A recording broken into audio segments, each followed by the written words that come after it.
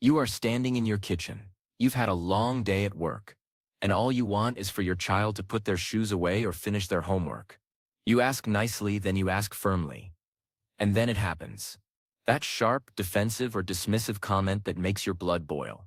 The eye roll. The fine, whatever, the you can't make me. In that split second, the power struggle begins.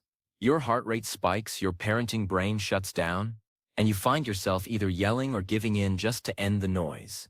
We have all been there. Backtalk is the universal sandpaper of parenting.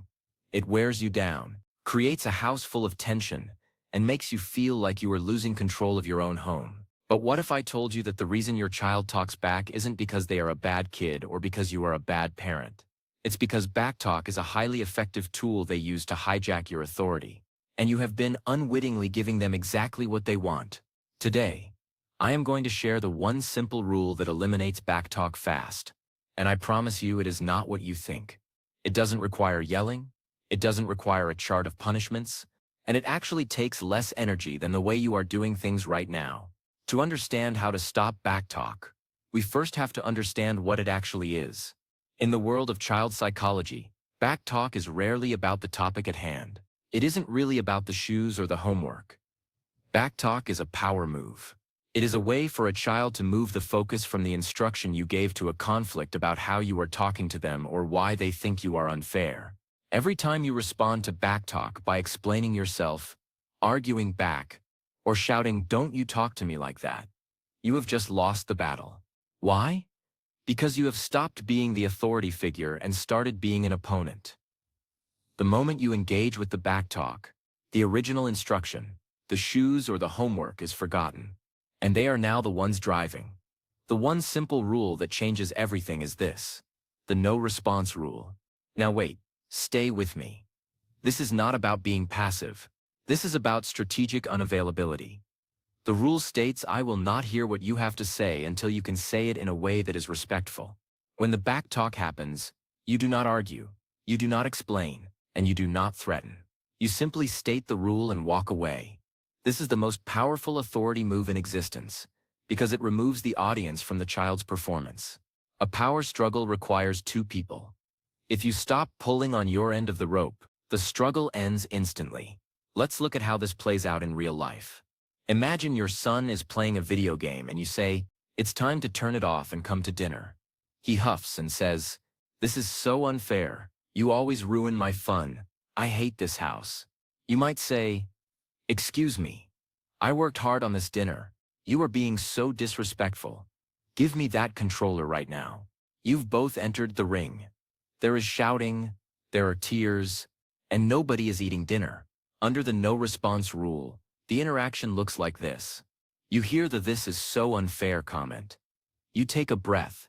You look him in the eye and say, "I can hear that you're frustrated, but I don't listen to backtalk.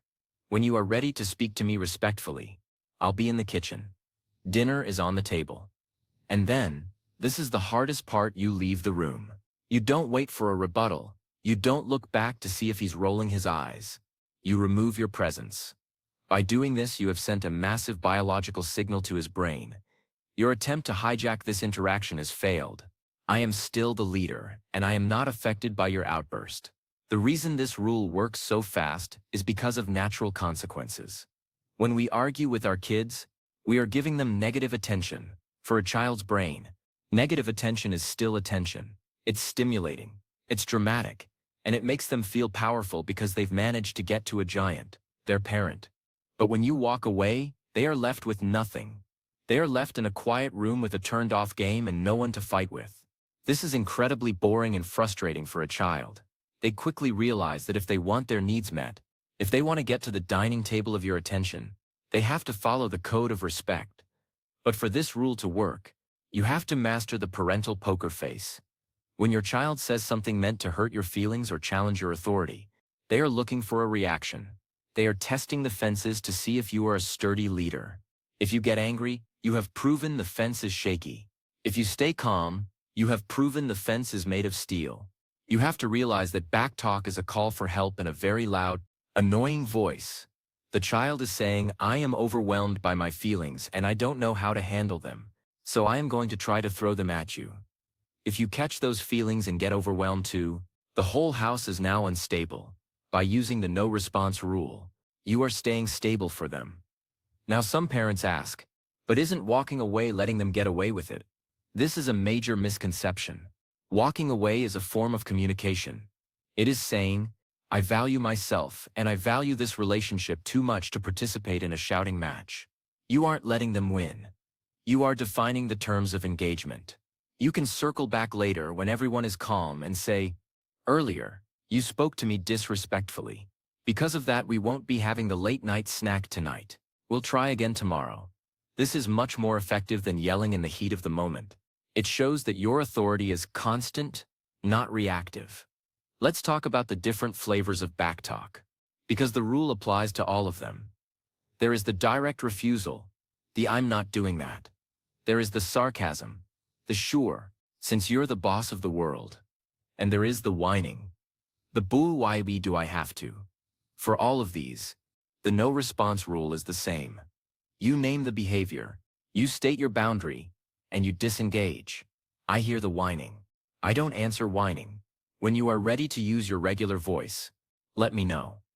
The key is to be consistent. If you ignore the backtalk on Monday but yell at it on Tuesday, your child will keep doing it 100% of the time, because they are playing the slot machine of your emotions.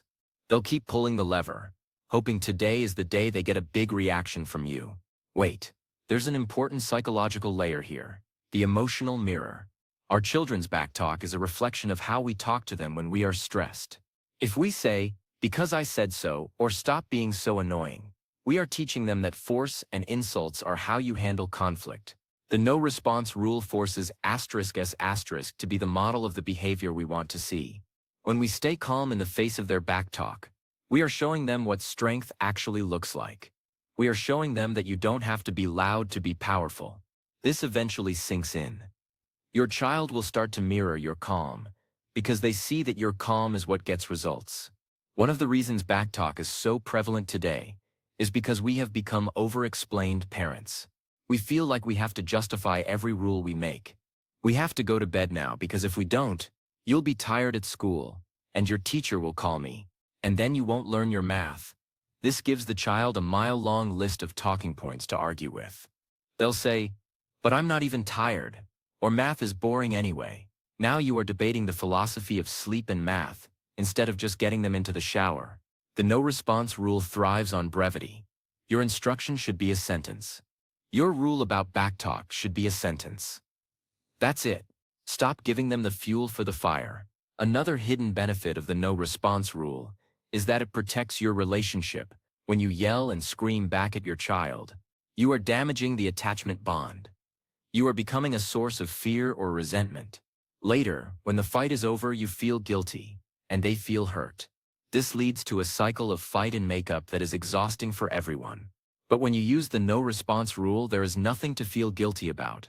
You stayed calm. You kept your dignity. You didn't say anything you regretted. This makes it much easier to connect with your child later. You can reach out and give them a hug and say, I'm glad we're back on track. This secure base is what actually makes children want to listen to you in the long run. Now let's talk about the extinction burst. This is a term from behavioral science that you need to know. When you first start using the no-response rule, the backtalk will actually get worse for a few days. Why? Because the child is baffled. Their old tool, the shouting match, isn't working anymore. So they try harder. They get louder. They might say something even meaner. This is the burst before the extinction. If you can stay firm and calm during this phase, you are about 72 hours away from a much quieter house. Use the no-response rule for the negative power moves, but use choices to fill their positive power bucket. There's a subtle trap that many parents fall into. The last word. You've used the rule. You've walked away, and as you are leaning through the doorway, your child yells one last insult. Your instinct is to stop, turn around, and deliver a clever comeback or a final warning. Stop. Let them have the last word. The last word doesn't carry the power. The last action does. If you are the one who left the room and went back to your life, you have already won. By turning back to address that last insult, you have just re-entered the struggle. Let the last word hang in the air like a balloon with no air in it. It will fall to the ground on its own. Let's look at the age factor. For toddlers, backtalk is often just language experimentation. They are learning the power of the word no. The no response rule is accompanied by a redirection. I hear you saying no, but we are putting on shoes. I'll help you or you can do it. Backtalk is about identity and separation. They are trying to prove they are separate from you. For them, the no response rule is about respecting the border. I'm happy to discuss your curfew, but not while you are calling me names. I'm going to go read my book. When you can talk like an adult, I'm ready. This treats them with the dignity they crave but maintains the boundary they need. What if the backtalk happens in public? This is every parent's nightmare. You're at the grocery store or a family dinner and your child starts acting up. You feel the eyes of the world on you. This is when the no response rule is most important. Most parents yell in public because they want to show everyone that they are in control. But a parent who is yelling is clearly asterisk, not asterisk in control. The person in control is the one who is calm. If the backtalk starts at the store, you use the same calm voice. We don't talk like that. We are going to the car now. You leave the cart. You leave the scene. The natural consequence of losing the fun outing is far more powerful than any public lecture. One thing we must stop doing: taking backtalk personally. I know it feels personal when your child says they hate you or that you are the worst parent ever. But you have to realize that you are the safe harbor for their storms. They say those things to you because they know you won't leave. They are venting their most toxic feelings because they trust you to handle them. When you take it personally, you become a peer in the conflict. When you view it as communication from a stressed-out brain, you remain the parent. Use the no response rule to keep that professional distance. You are the CEO of the family, and the CEO doesn't get into a shouting match with an entry-level employee who is having a bad day. Wait, there's an advanced move for the no response rule, the validation pivot. Sometimes, backtalk has a tiny grain of truth in it. You're always on your phone. I'm working for our family. You can say, I can hear that you're frustrated that I'm busy. I don't like the way you said that, so I'm going to put my phone away and we can talk in 5 minutes when we are both calm. This validates the feeling without accepting the backtalk. It shows that you are a leader who is evolved enough to listen to feedback, as long as it's delivered with respect. This actually endears your child to you and makes them want to be more respectful. Let's talk about the quiet times. The no response rule is much more effective if you have positive equity in the relationship. Make sure you are spending 10 minutes a day of special time with each child. No phones, no instructions, no teaching, just you and them doing what they want to do. When a child feels connected and seen during the quiet times, they have much less of a need to use backtalk to get your attention. Connection is the prevention, while the no response rule is the cure. You need both to have a peaceful house. Another common mistake is overcorrection. If your child says, I don't want to do it, and you spend 10 minutes lecturing them on why they should want to do it, you have just invited backtalk. The no response rule works best when you accept the feeling, but enforce the action. I know you don't want to do it. It's hard to stop playing. And yet the trash needs to go out. Thanks for getting it done. By acknowledging the reality that they don't want to do it, you remove their reason to shout at you. You've already said what they were going to say. This front-loading of empathy can actually prevent the backtalk from even happening. Now I want to talk about the parents' emotions. Why do we react so strongly to backtalk? For many of us, we were told to be seen and not heard. When our kids talk back, it triggers our own inner child, who feels threatened or disrespected. To use the no response rule successfully, you have to do some self-work. You have to realize that your child's backtalk isn't a judgment on your worth. It's just a developmental phase or a bad habit. When you detach your identity from their behavior, you become much more effective. You can look at the backtalk as if it's a broken faucet that needs fixing, rather than a personal attack on your soul. There's also a physical component to the rule. When you are delivering your one-sentence boundary, don't loom over your child. Don't point your finger, get down on their level, or keep your posture relaxed. Physical aggression triggers the fight or flight response in their brain. If they feel physically threatened, their brain shuts down for learning and opens up for combat. By staying physically relaxed while being verbally firm, you are keeping their learning brain online. They can actually hear what you are saying instead of just reacting to your body language. And what about the re-entry? After you've walked away and the situation has cooled down, maybe 10 minutes later, maybe an hour later, how do you go back? This is where many parents fail. They go back and say, "Now, are you sorry for what you said?" This just reignites the conflict. Instead, use the clean slate. Go back and act as if the backtalk never happened, but keep the original instruction in place. "Okay, I'm ready to talk now. Would you like a hand with those shoes, or are you going to do them yourself?" This gives the child a bridge back to good behavior without having to lose face or admit they were wrong, which is very hard for a child's ego. Is the no-response rule giving in? Giving in is when the child talks back and you say, "Fine, keep the game on, just stop yelling." That is the death of authority. The no-response rule is moving the battle to high ground. You are saying, "I am the leader, and I refuse to engage in a gutter fight. We will talk when you have climbed up to my level of respect." This is the definition of high-status parenting. It's what effective leaders do in every field: politics, business, and education. They don't respond to trolls. They stick to the mission. Let's think about the reward system. When your child does use a respectful voice, especially after they were just upset, praise them like crazy. "I am so proud of you for using your big girl voice, even though you were frustrated. That took a lot of strength." When you catch them being respectful, you are reinforcing the new tool. Their brain realizes, "Hey, when I huff and puff, Mom walks away. I get a hug and a compliment."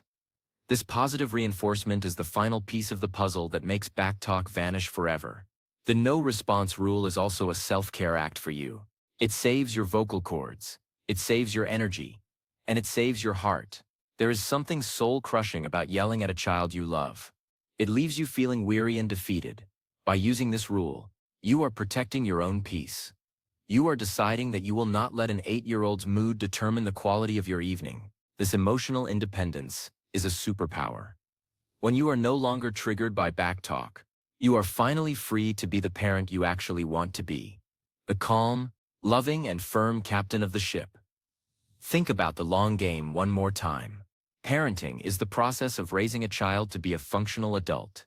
Adults who use backtalk and outbursts to get what they want don't do very well in the world. They struggle in marriages and they struggle in jobs. By using the no-response rule now, you are doing your child a massive favor. You are teaching them that respect is the access card to social connection. You are teaching them that their words have power, but only when they are used correctly. This is one of the most important life skills you can ever teach them. I've had parents tell me, "But my child is different. They'll just keep screaming for 4 hours." If that is the case, your child isn't talking back. They are melting down. A meltdown is a biological system failure. For a meltdown, you don't use the no-response rule in the same way. You stay close, you keep them safe, and you wait for the storm to pass. But backtalk, which is calculated, verbal, and directed at you, needs the no-response rule. Learning to tell the difference between distress and defiance is the mark of an expert parent. The no-response rule is simple, but it is not easy. It requires you to have incredible self-control. It requires you to fight your own biological urge to defend yourself. But if you can master it, I promise you, your life will change. You will see the tension in your house drift away. You will see your child become more thoughtful. You will see your authority become quietly unstoppable. Imagine the next time the backtalk happens. Yusuf, ready. You see the eye roll. You hear the fine. Whatever. Instead of a spike in your blood pressure, you feel a sense of quiet clarity. You deliver your sentence. You walk away and go finish your coffee. You hear the silence from the other room. 10 minutes later, your child walks into the kitchen and says, "Can I have an apple?" with a normal voice. You don't mention the fight. You give them the apple. The shoes get put away. The homework gets done. And most importantly, the love in the room stays intact. That is the power of the no-response rule. It isn't about winning. It's about leading. It's about being the person who is too grown up to get into an argument with a child. It's about creating a culture of respect that starts with you. Stop the shouting. Stop the explaining. Stop the shaking. Just use the rule. Walk away. And watch the peace return to your home faster than you ever thought possible. Thank you for being a parent who is willing to learn and grow. We are all doing our best in a very noisy world. By simplifying your response to Backtalk, you are making room for more joy and more connection. Keep your poker face ready, keep your one sentence clear, and most importantly, keep your heart open. You've got this. Your child is lucky to have a parent who is looking for a better way. Stay calm, stay consistent, and stay focused on the long game. The Backtalk is just a ripple. You are the deep, steady ocean. See you in the next one, and keep building that peaceful home one quiet walk away at a time.